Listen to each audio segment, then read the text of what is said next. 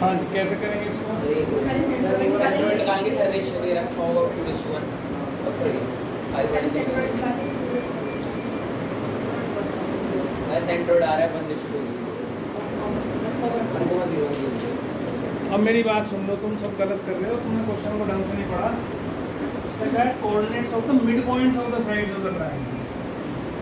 मैंने कौन सा फॉर्मूला तुम्हें बताया जिसमें मिड पॉइंट से सेंट्रोइड निकाल दो बेटा? ये इसके मिड पॉइंट्स गिवन है, तीन बिंदु। एक गिवन है 1,2, एक गिवन है 0,-1 और एक गिवन है 2,-। तो ये इसके मिड पॉइंट्स है, ताकि इसके वर्टेक्स है। ये वर्टिसेस होते तो सेंट्रोइड निकालते हैं ना, आप कैसे निकालोगे, है ना? जल्दबाजी नहीं। इसको लिख लो आप x1 y1, इसको लिख लो आप x2 y2 और इसको लिखो x3 y3। अब मेरी बात सुनना ध्यान से। एक तरीका, दो तरीके कराने। एक तरीका तो ये है कि भाई आप मिड पॉइंट, फॉर्मूला है ये मिड पॉइंट है सर, तो इन दोनों का मिड पॉइंट क्या होगा? पॉइंट इनका ये पॉइंट मान लो D है, ये E है, ये है। आपको मिड पॉइंट निकालना है, सॉरी ये इसका मिड पॉइंट निकालना है AB का।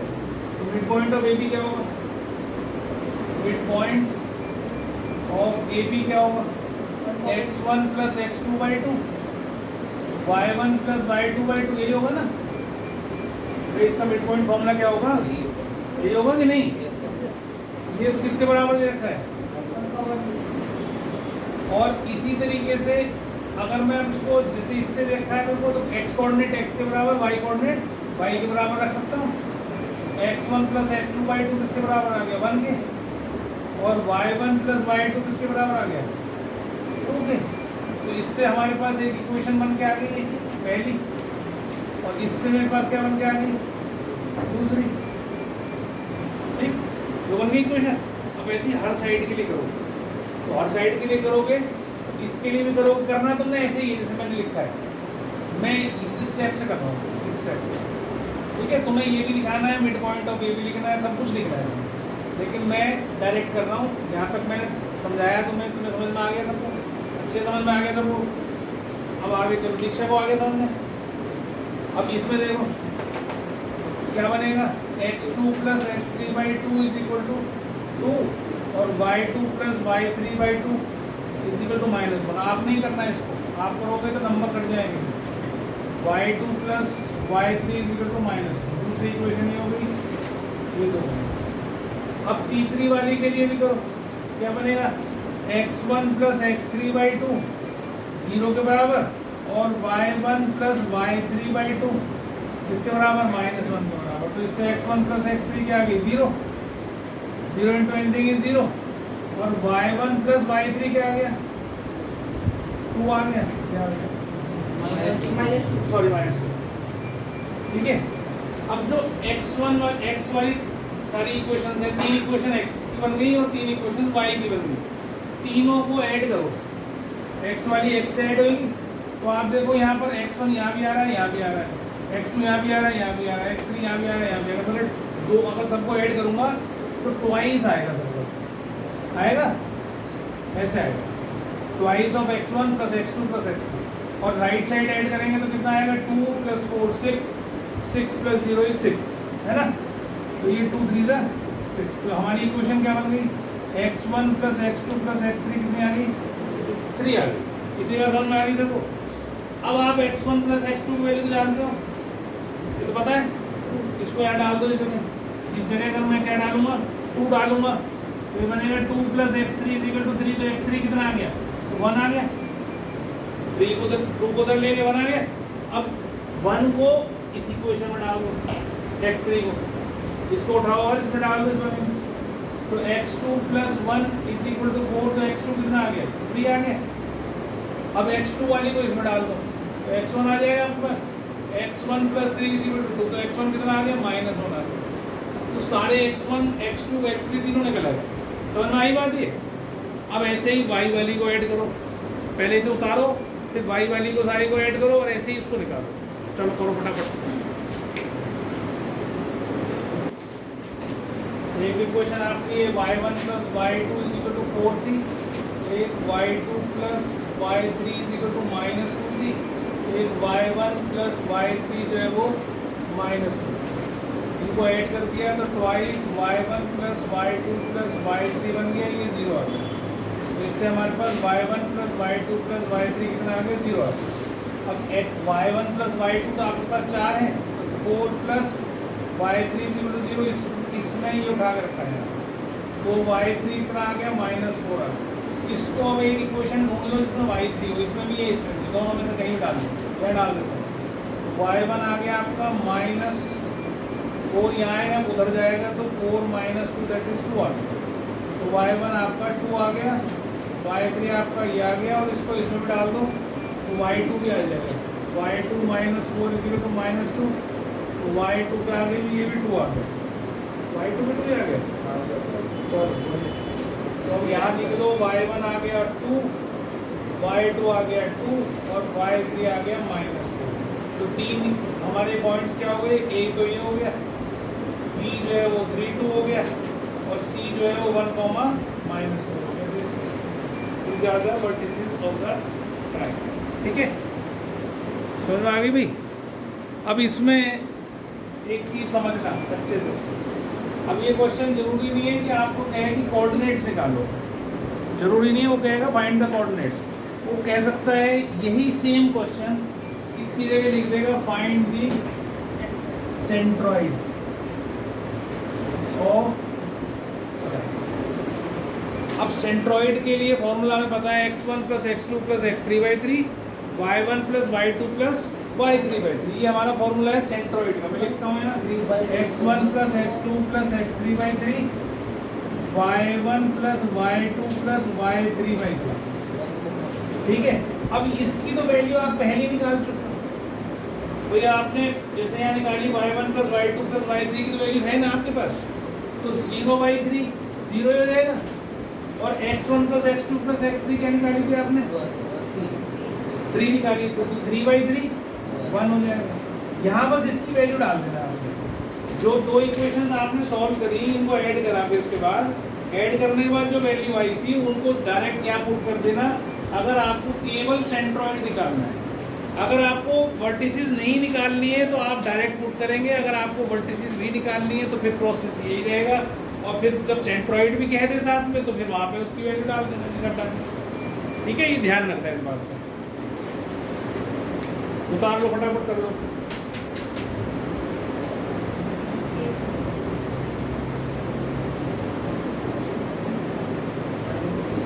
ये पॉइंट है 3a + 1, -3, और ये पॉइंट है 8a, 5, और ये P पॉइंट है आपका 9a - 2, B है ना, ऐसा दे रखा है उसने, उसका क्या है 3:1 की रेशो में कट कर रहा है।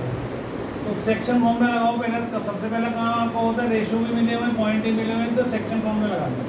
तो this into this 24a plus this into this 3a + 1, ठीक है, बाई 4, और ऐसे ही 15 - 3/4, ये पॉइंट आ गया, ये वाला P पॉइंट, और ये P पॉइंट तो किसके बराबर गिवन है बेटा, बात नहीं करो, ये गिवन है। तो ये कितना बन गया आपका 27a + 1/4, तो किसके बराबर आ गया 9a - 2 के, और ये कितना बन गया 3 = आ गया b, तो ये तो 3b3 आ रहा है तुम्हारा, ठीक ही आ रहा है, -3 आंसर गलत दे रखा है। अब इसको इधर ले जाओ, ठीक है, तो 36a - 8, अब ये इधर गया, ये इधर गया, तो 12 आ गया, और ये कितना हो गया 9 आ गया ना, तो ये कितना आ गया सर नहीं, ये तो बड़ा हो गया सर 9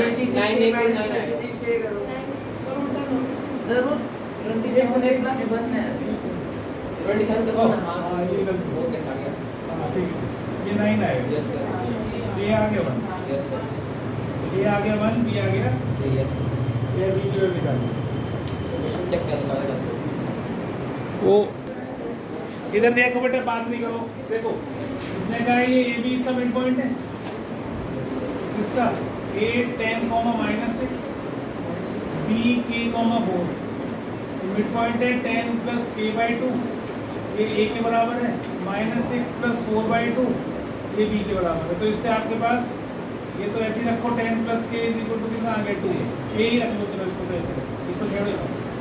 बी आपके पास डायरेक्ट आ रहा है -1 है ना, इनको यहाँ डाल दो दोनों में, तो 10 प्लस के upon 2 -2 into -1 is equal to 18, तो 10 प्लस के अपॉन 2 जो है वो +2 हो जाएगा, उधर जाके 18 माइनस 2 16 हो जाएगा, तो 10 प्लस के इज इक्वल टू 32, के आ गया आपका 22, ठीक है, तो के की वैल्यू आ गई।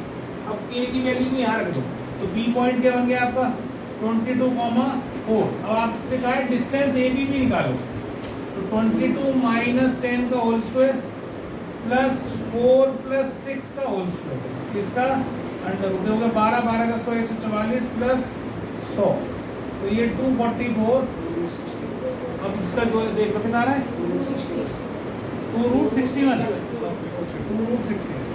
तो ये इसको ऐसे लो, ये ए भी आ गया, ठीक है जी।